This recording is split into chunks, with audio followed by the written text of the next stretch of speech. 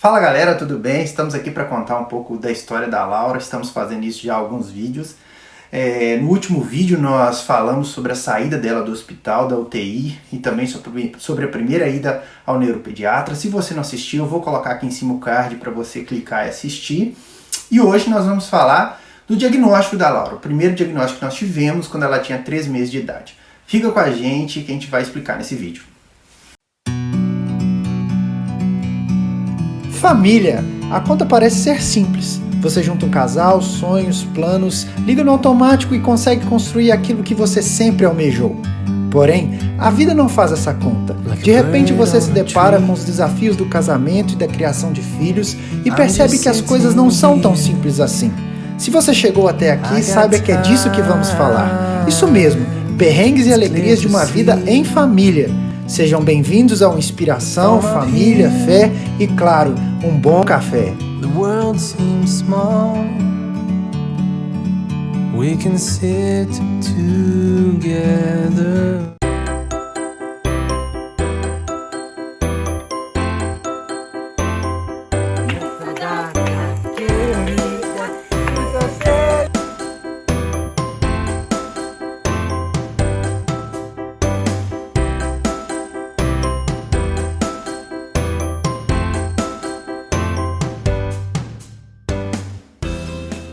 Então, pessoal, conforme nós falamos no último vídeo, nós já estávamos apreensivos com os sinais que a Laura vinha nos dando, né, ali no último mês, né, de vida dela. Então, nós fomos para aquela consulta em Juiz de Fora, né, já bem tensos, preocupados com o que viria. Chegamos lá e aquele médico alegre, sorridente que nós vimos na primeira consulta, que falou que estava tudo bem com os reflexos dela, ele estava um pouco diferente, ele já estava com um tom mais apaziguador, né, explicando que se tivesse alguma coisa, teria tratamentos, né, que haveria diversos tratamentos que são bem sucedidos, né, e também contou pra gente da experiência de uma criança mesmo que ele estava tratando no consultório dele, que estava com síndrome de West. Eu cheguei em casa após essa conversa com o médico, fiz a pesquisa no Google e procurei informações sobre o que era síndrome de West. Nós ficamos assustados. Tratava-se de uma doença muito grave, um tipo de epilepsia raro. Nós ficamos apavorados, né, amor?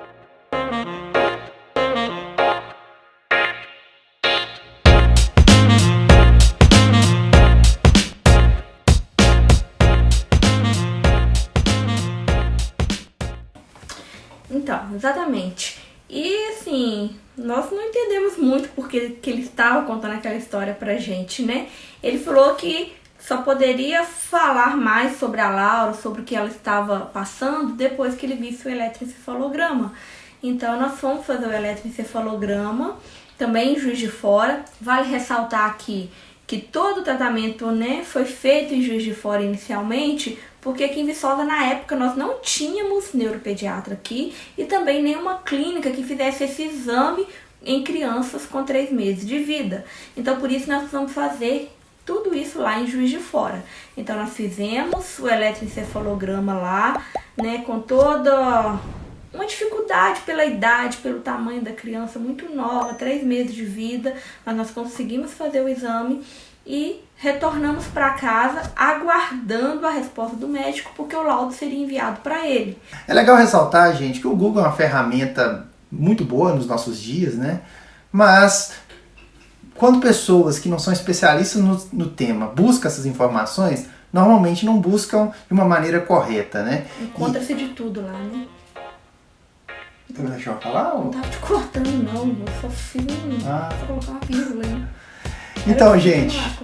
Então, gente, é bom ressaltar que o Google é uma excelente ferramenta, nos ajuda no dia a dia.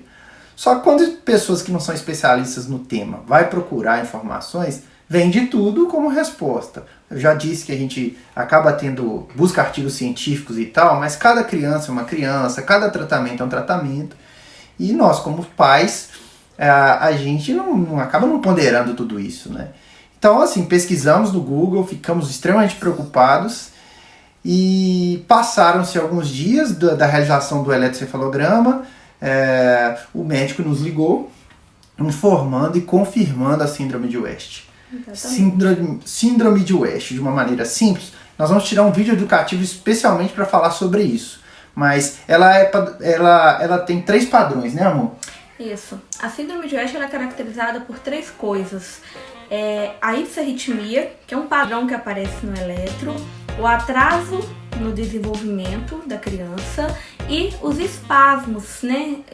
Chama espasmos infantis, que são sustinhos, né? No caso da Laura, ela tinha sustinhos, começava assim a ter alguns sustinhos, a mãozinha abrindo, e que inicialmente pode ser confundido com reflexo de Moro. E era sempre na hora de dormir, né? Isso. Os padrões era sempre quando ela começava a dormir, vinham os sustinhos e um choro muito longo, né? Porque esses sustinhos não deixavam ela dormir, né? Porque ela começava a ter as crises, a gente não sabia que aquilo era crise convulsiva. Sim. Então ela começava a ter os sustinhos, as crises, sempre que vinha o sono, e ela não conseguia, isso não deixava ela dormir, ela ficava extremamente nervosa. Sim. Legal falar que a síndrome de West é um tipo de epilepsia, né? É um tipo raro de epilepsia, como eu disse.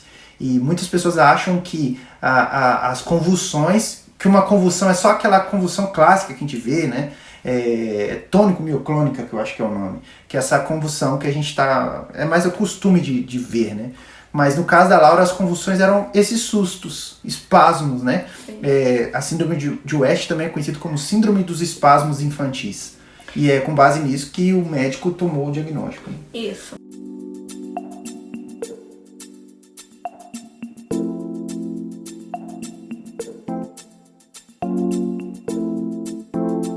O médico, ele começou com os remédios, nos ligou e informou que ela deveria entrar imediatamente com a vigabatrina, né, hoje, né, vendido como Sabril, e o ácido valproico, na época, né, passou o Valpaquine para ela, e ela começou com essas 2 medicações.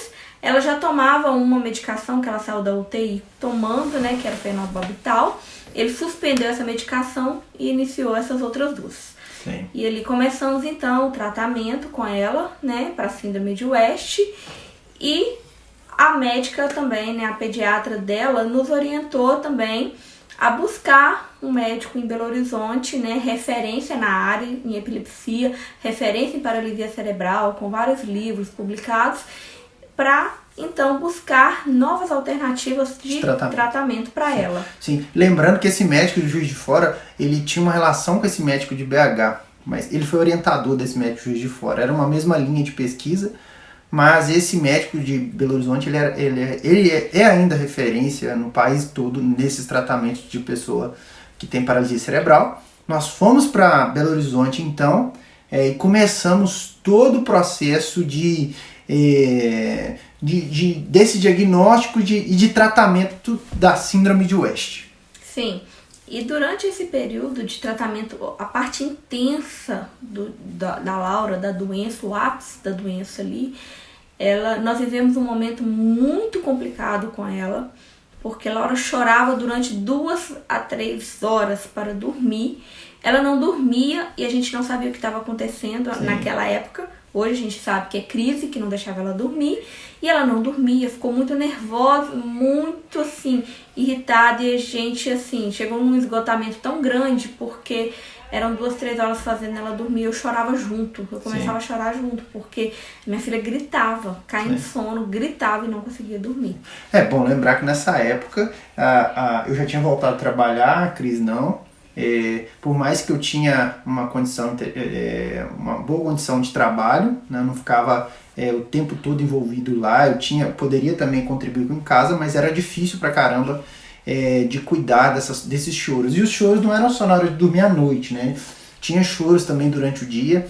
Então, assim, foi um período muito difícil, né? O diagnóstico da síndrome de West mexeu muito com a gente, porque nós já tínhamos o diagnóstico de paralisia cerebral. Não tinha diagnóstico de paralisia cerebral, mas ela teve já a questão da hipóxia isquêmica, que era a falta de respiração. Então tinha essa desconfiança de paralisia cerebral. Então, do nada, apareceu pra gente essa síndrome rara e a gente ficou extremamente preocupado. Né, amor? Esse é o vídeo de hoje, né?